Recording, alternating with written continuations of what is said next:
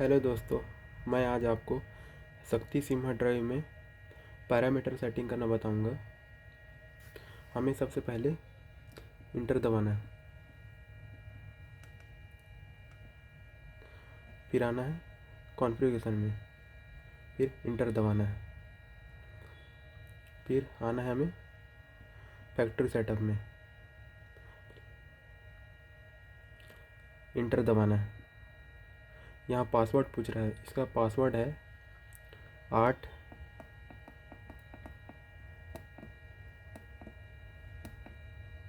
अब ये second number लाने के लिए इंटर दबाना है, फिर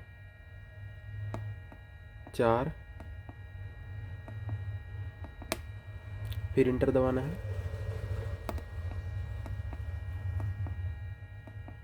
4, फिर इंटर दबा के 3 दबाना है, फिर इंटर दबा देना है। ये हमारा अंदर के खुल गया। सोलर पैरामीटर देखते हैं। पैनल पावर हमारा जो लगा है पुराना सेटअप है। एक पैनल अपना 335 वाट का है। अभी जितने भी नए पैनल दे रहे हैं सब 450 वाट का रहता है, 500 वाट का रहता है। ये अपना 335 वाट का प्लेट है, 335 सेट की है। अपन बैक आना है। ये आउटपुट वोल्टेज का है, ओपन करंट वोल्टेज का है। सोलर पैनल में लिखा रहता है 45 वोल्ट, इससे कम भी लिखा रहता है। हम 45 सेट किए हैं। फिर बैक आ जाना है। शॉर्ट सर्किट करंट ये 10 एम्पियर है। बैक आना है। MPPT voltage 37 volt. ज़्यादातर सोलर पैनल में 36, 37, 38 ही रहता है।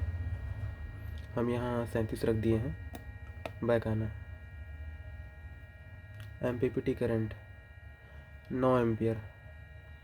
वैसे तो सोलर अभी जितने भी नए प्लेट लगे हैं वो 13 एम्पियर, 14 एम्पियर देते हैं। बाकी अपना पुराना पैनल है तो 9 एम्पियर रखे हैं अपन। टोटल पैनल 10 पैनल रखे हैं अपन 3 HP के लिए।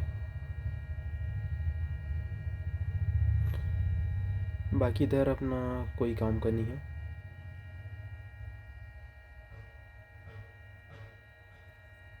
बैक आना है। मोटर पैरामीटर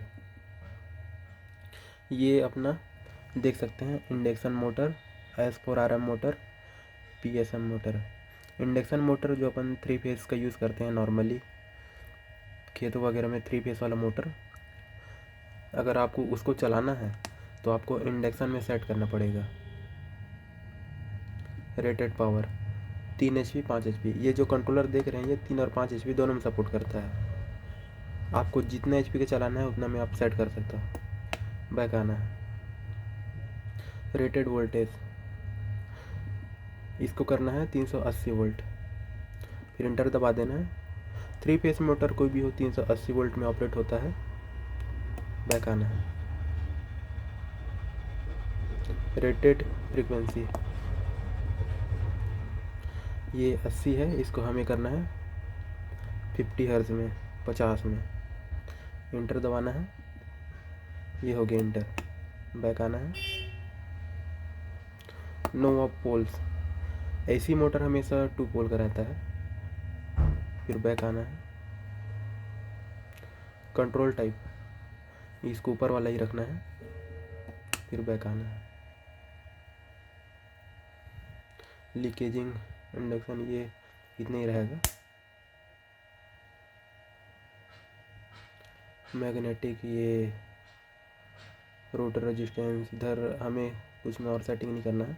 रेटेड करंट हाँ ये मेन चीज़ है 12 एम्पियर। ज़्यादातर 3 फेस मोटर 3 से 5 HP का अप्रोक्स वही 8-9 एम्पियर, उससे कम भी लेता है कई मोटर ज़्यादा लेते हैं। इसको नॉर्मली 12 एम्पियर में रखना है। बैक आना। ये इंडक्शन मोटर हो गया। ये हो गया S4RM मोटर जो ओपन में लगता है। AC मोटर बोले तो बाहर पार उसके लिए है।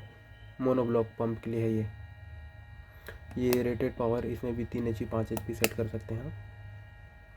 रेटेड वोल्टेज, अपने मोटर के जो प्लेट रहता है ऊपर में, जिसमें पूरा मोटर का बायोडाटा लिखा रहता है, वोल्टेज, करंट, ये सब, आप उसके हिसाब से इसमें वोल्टेज सेट कर सकते हैं।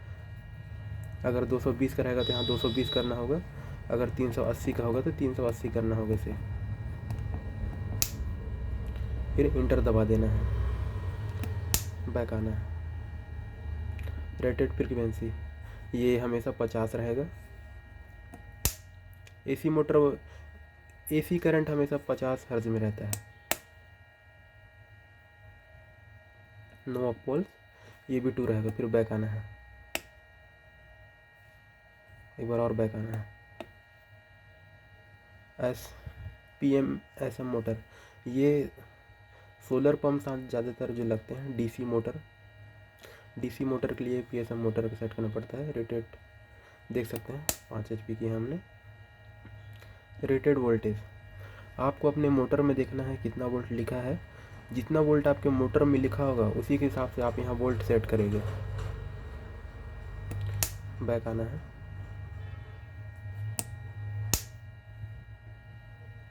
रेटेड फ्रीक्वेंसी, DC मोटर को 120 हर्ट्ज में रखना है, तब आपका मोटर अच्छे से चलेगा। फिर बैक आना है।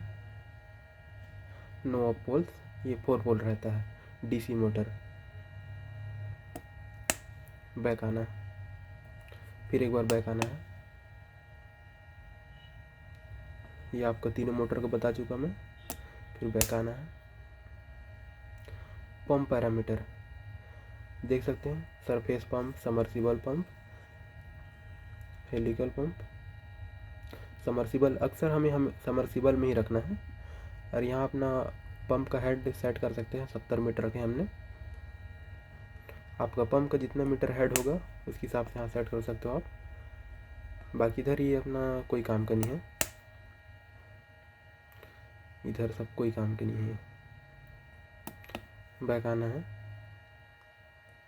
फिर एक बार बैक आना है। कंट्रोल पैरामीटर, स्पीड KI, ये ड्राई रन, ये RPM है ये मोटर का, हमने 2800 रखा है। आप अपने मोटर के हिसाब से RPM सेट कर सकते हैं। बैक आना है। और इधर